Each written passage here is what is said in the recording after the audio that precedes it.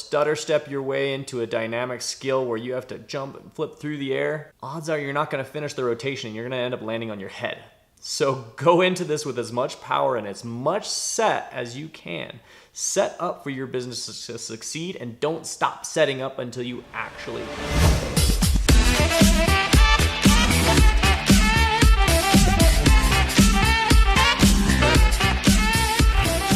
Thanks for tuning in on back to Ninja Brand Parkour YouTube page. Today we are going to cover Parkour Business Episode 3. For those of you guys who are new to the series, this covers parkour and Ninja Warrior themed type gyms and everything that involves the financial and career type things that you can get into if you'd like to turn your passion or your hobby into a career or a lifelong sustainable, hopefully sustainable way of living. So today we are going to cover where to start now that you have your following, now that you have built up sort of your army or your plateau to get your first step into the financial world of parkour and ninja, and just so that you can be able to kind of spread that knowledge. And we're going to heavily focus on education. Are you ready to open that first location, settle down on a lease, and get an actual building that you could fill with fun parkour obstacles? Are you really ready for that commitment?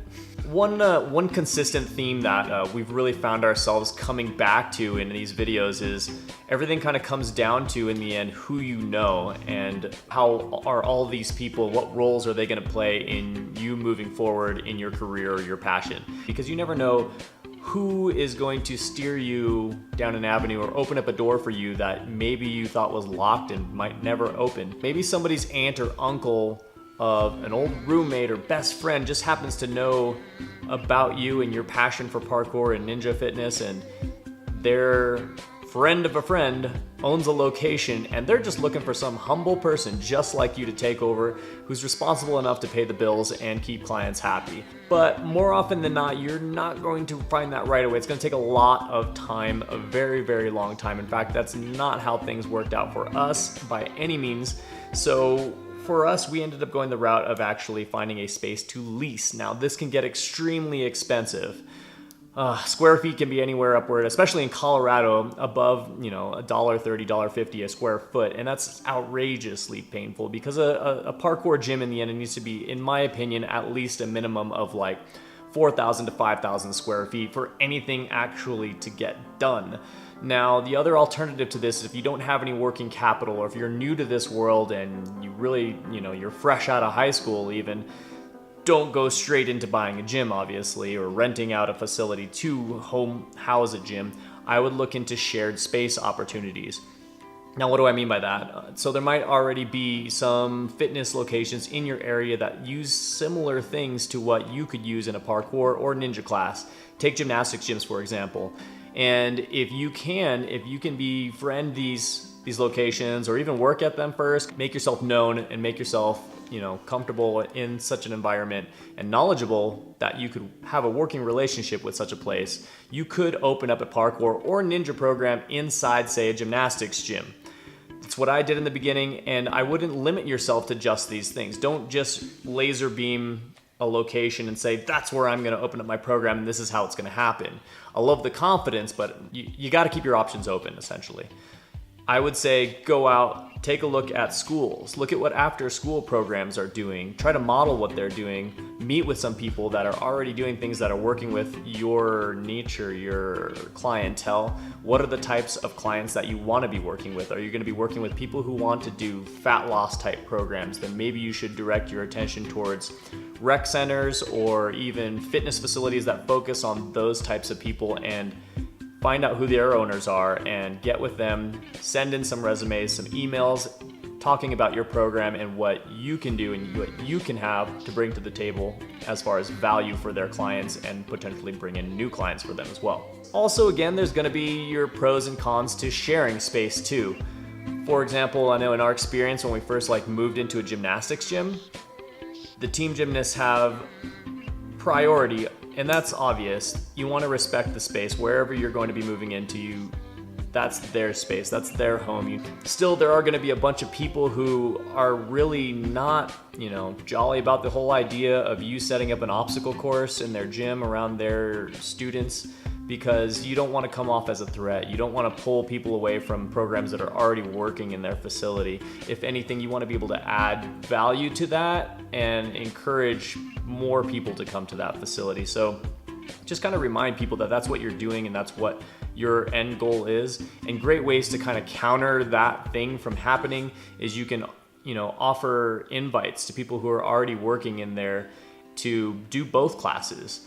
One of the things that I really love doing is networking outside of our own facility with other gyms and saying, hey, if you're a member at such and such gym, or if you're a member of these classes, then here are some of the great rates that you can get by doing both. And that will kind of marry the two together and help build better bonds and relationships with those other coaches or other managers in that new facility that you might be able to work with. Let's say maybe you've had a program going for a while, or you were teaching parkour in a park, and you've got a following, you've got people that are showing up and people already ready to sign up, which brings me to another point, don't forget about pre-sign up.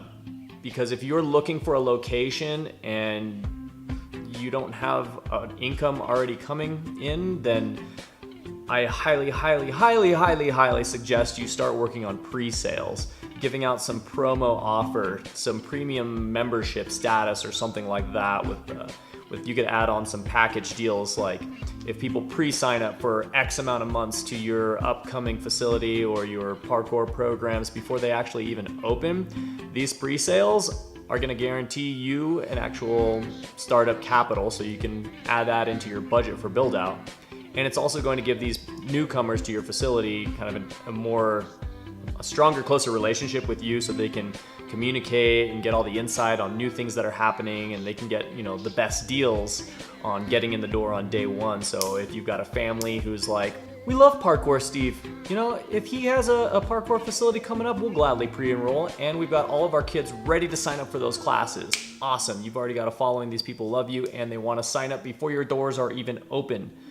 That's a pre-sale, and you've also got a fan base, so reach out to those people, get that pre-sale done and in the bank, so that way they can invite their friends on the same offer, and then you'll already have something started to help you out. Find yourself a broker. It's not going to cost you anything, and they're going to be hunting down spaces for you. You don't have to look, although I do encourage you to actually keep looking while they're looking for you. Find yourself a broker, one that you can really connect with.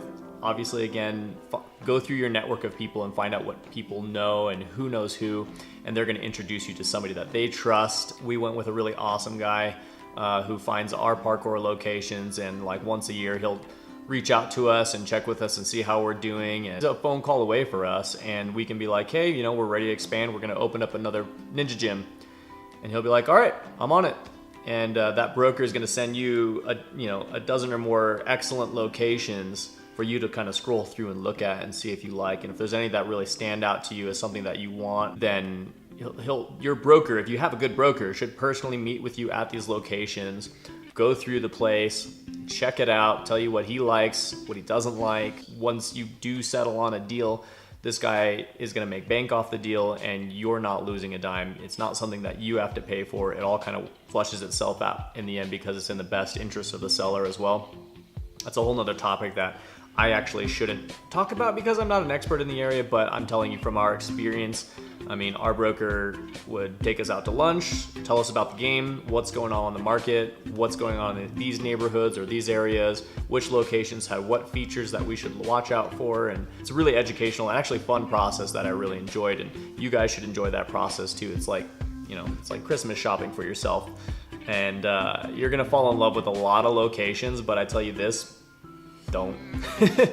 Every single spot that you find, irregardless of how perfect it may seem, you need to have that frame of all right, what sucks about this place? What's the worst thing about this place? And those are the things that need to stand out in your mind. Oh my God, I love this place. This is amazing. Because then guess what? You don't have any bargaining power when it comes to actually settling on a place. They're going to charge you whatever they want because they know how much you love that spot. I would say it's safe to, depending on where you are and what the market's like, I would honestly say it's safe to expect 4 to 5 months of nothing happening, even when you actually find a place that you're going to write a letter of intent. And what a letter of intent is it's basically saying, hey, we'll go ahead and we're going to lease this space. Here are our terms. You got to sign off on it. It looks like an agreement. It's not. It's basically like they're going to look at it. They're going to show it to their broker. Their broker is going to change a bunch of stuff in it, and then they're going to send it back to you and be like, okay, that's great. We like your letter of intent, but you need to change these things. Letter of intents are going to include all kinds of different stuff, like how much you want to pay for rent.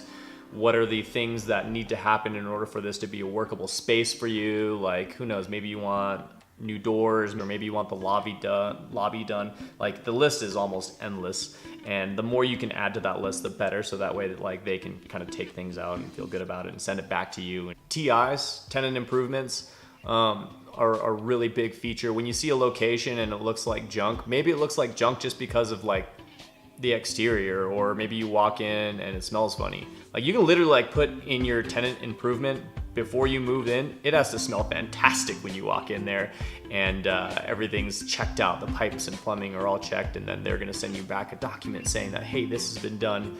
All of these improvements have been made, so that way when you move in, your business is ready to rock and roll. Make like a list bigger than Santa Claus's. All the things you want done, improved with the space. A lot of spaces, obviously, when you're hunting for ninja and parkour gym type spaces, they're gonna be like warehouse type spaces. The beautiful thing about what we do is places with really high ceilings are not gonna cost any differently than places with extremely low ceilings.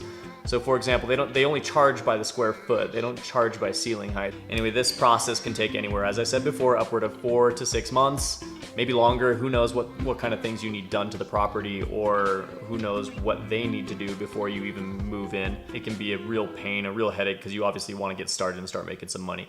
But the good news is you can start making money. You already should be. Remember, you should already have a program or something already in the works with pre-sales, or maybe you've got classes running in some other shared location, or you're working with school programs and you've got some sort of after school thing going on, and that should already be building a little bit of revenue. And yeah, on top of that, my advice for those areas is, if you've already invested in a bunch of equipment and you've actually got all this cool stuff, that equipment should be mobile to some certain extent. So you could sell, like, your website should be up and running months ago already, okay? On your website, you really need to be pushing the things that are going to be making you capital, making you money in the beginning. If you could go back in time with a list of all the things that you actually need to do throughout the entire year, and you got that list done before your doors even opened, dang, imagine how much you'd be making already. So knowledge is power, guys. I'm gonna relate this to parkour skills. The execution of any dynamic skill comes down to how much power and energy you put into your initial setup. If you don't have a proper set when you do a technique, the flip's just gonna crash. Stutter step your way into a dynamic skill where you have to jump and flip through the air, odds are you're not gonna finish the rotation. You're gonna end up landing on your head. So go into this with as much power and as much set as you can. Set up for your business to succeed, and don't stop setting up until you actually. Don't be bored, don't be frustrated, don't be anxious to get those doors open. You don't have any experience leasing some sort of space. It's not like leasing or renting an apartment. It's nowhere near the same. There's so many more things that you have to keep into account. There's CAMs, which is like common area maintenance, and sometimes that can be like another 3 or 4 grand, depending on where your actual location is. And what that means is like snow removal, keeping the parking lot clean, making sure fire hydrants are checked, I don't know, stuff like that. Like everything that takes place outside of your business, that's common area maintenance. You're gonna wanna add up everything, like how much is your internet gonna cost? How much is the sewage gonna cost? How much are cams going to cost? How much is your trash going to cost? And it can add up from there. How much is insurance gonna cost? All of those things can like quadruple what you think you're actually going to have to spend month to month. And if you're still hanging around and like this hasn't scared you yet, then like, let me work with you. Like, you're the kind of people that should be running a gym. So just note that these things can all sound very scary, but if you get all of your ducks in a row in the beginning, it shouldn't be, and everything should add up just perfectly. So before you sign that lease, make sure you get that list straight and you know exactly how much you're gonna be spending month to month after all of your expenses. Whew. And I think I'm just gonna end it there. Yeah. Boom. Episode 3, done. Hope you guys enjoyed watching. For more cool content, check out our Instagram at Ninja Brand Parkour. Come visit us at the gym if you haven't already. Don't forget to smash the button that looks like thumbs up and share with your friends. Build this network of Ninja Fam.